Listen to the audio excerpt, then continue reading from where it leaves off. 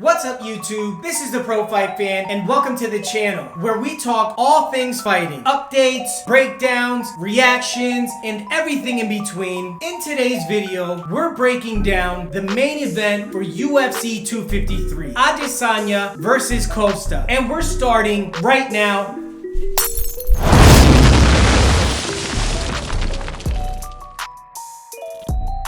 We're gonna look at a few different elements for this breakdown. Overall experience and championship experience, physical attributes, fighting style, and finally, how the fight may play out with my prediction. Experience. Let's start with the challenger, Paulo Costa. Costa has a professional record of 13-0 with 10 TKOs, 1 KO, 1 submission, and 1 decision win. And he has an exhibition record of 1-1 for his 2 fights in Tough Brazil. And that's about it. A total of 15 fights with no championship experience to date and only 1 fight that went the full 15 minutes versus Yoel Romero. He did start training Muay Thai at a young age and also Jiu-Jitsu, but he has no amateur background. Israel Adesanya has a professional MMA record of 19-0 with 11 TKOs, 3 KOs, and 5 decisions. Izzy also has a professional kickboxing record of 75 wins with 5 losses and an amateur kickboxing record of 35 wins with no losses, a handful of Muay Thai and boxing fights as well. Adesanya has had an entire professional career in kickboxing at the highest level before his MMA career. As a kickboxer, Israel was a 2-weight champion, and in the UFC, he won the interim middleweight championship from Kelvin Gastelum in a tough-fought 5-round decision. He won the undisputed middleweight championship with a knockout win over Robert Whittaker, and he's already defended his title against the always dangerous Yoel Romero. He's gone the full 25 in the cage on 3 occasions versus Brad Tavares, Kelvin Gastelum, and Yoel Romero. That's about a total of 140 fights for Izzy versus Costa's 15 fights. I think it's safe to say that the last stylebender has a huge advantage from an experience standpoint. Next, let's talk about physical attributes.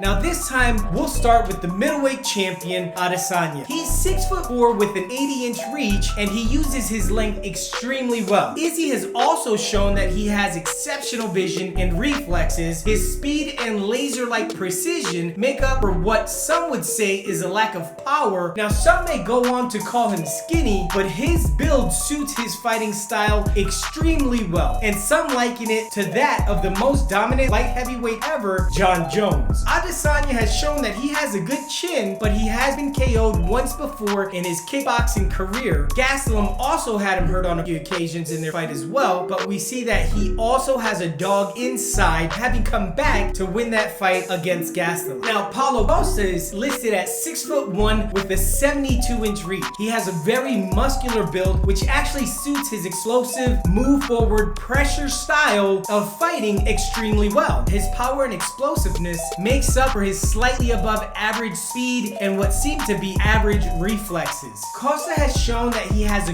great chin, and he's able to take a shot very well. He did go down one time against Uriah Hall when he got hit right behind the ear on the medulla oblongata and got right back up. And if you watch where he goes down against Romero, that was actually more of a balanced fall as his feet were out of place and sliding under him at the exact moment that Yoel landed the punch. In terms of physical attributes, Adesanya has a height and reach advantage as well as a speed and reflex advantage, while Costa has a power and explosiveness advantage, while possibly taking a better shot. Overall, we can probably call this even, as each athlete has different strengths than the other. Next, let's have a look at their styles. Costa's an explosive pressure fighter. From the sound of the first bell, he doesn't stop moving forward. Some have said that he just throws caution to the wind, but truthfully, he's more methodical than that. While he's moving forward, he's assessing what his opponent is doing, and he'll leave slightly out of range when his opponents attack. That being said, he's not afraid of a firefight. If his opponent engages, he'll throw punches in between their shots, and he has a very underrated body attack. He throws a lot of shots to the body, while his opponents are backing into the cage, which we haven't seen much of a body attack against Adesanya. Costa has power in his kicks and kicks to the body effectively as well. He doesn't have one-punch KO power like Ngannou, but you can see that his opponents start to fold under the accumulation of shots that he throws. Most of his fights are won by TKO as his opponents take a shot on the feet and ball up on the floor under his constant attack until the ref steps in to stop it. Costa is certainly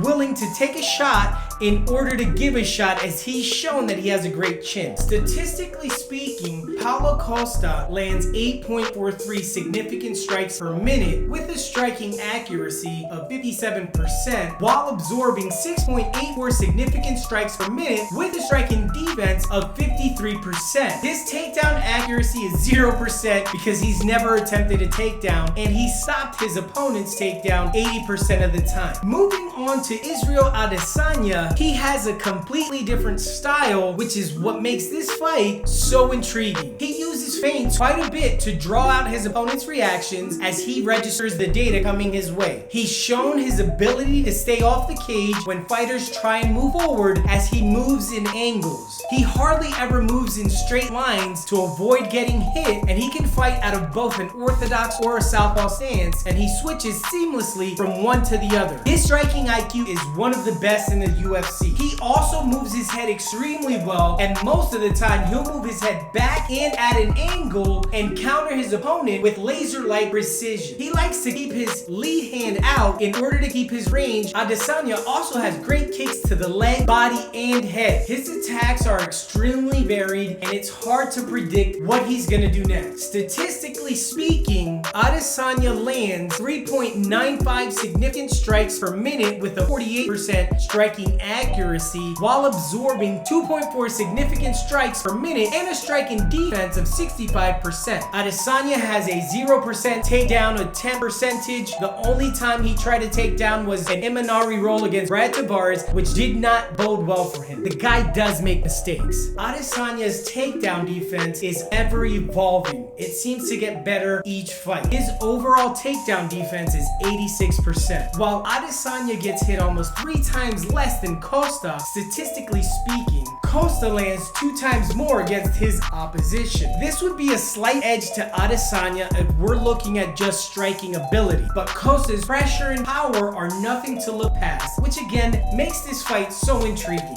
Finally, we've gone over what this fight may look like on paper, with one fighter moving forward, that being Costa, and the other fighter using movement and counter-striking, that being Adesanya. And there's truth to that. However, as we stated, Costa is more methodical in his approach and pressure. He'll move forward with some caution, knowing that Adesanya is going to be looking to set traps. In the lead up to this fight, Costa and his team have stated that this is the first time that they brought in fighters specific to the build and style that Adesanya brings to the fight. And I believe Costa will be smarter in his approach to this fight. In interviews, he's also stated that he will take Adesanya down and he'll ground and pound him out, which we've not seen him do in the UFC. Now, these statements could simply be mind games to get Izzy thinking about other ways that Paulo would approach fight. Meanwhile, Adesanya has talked about how his experience facing pressure fighters is going to allow him to take Costa out with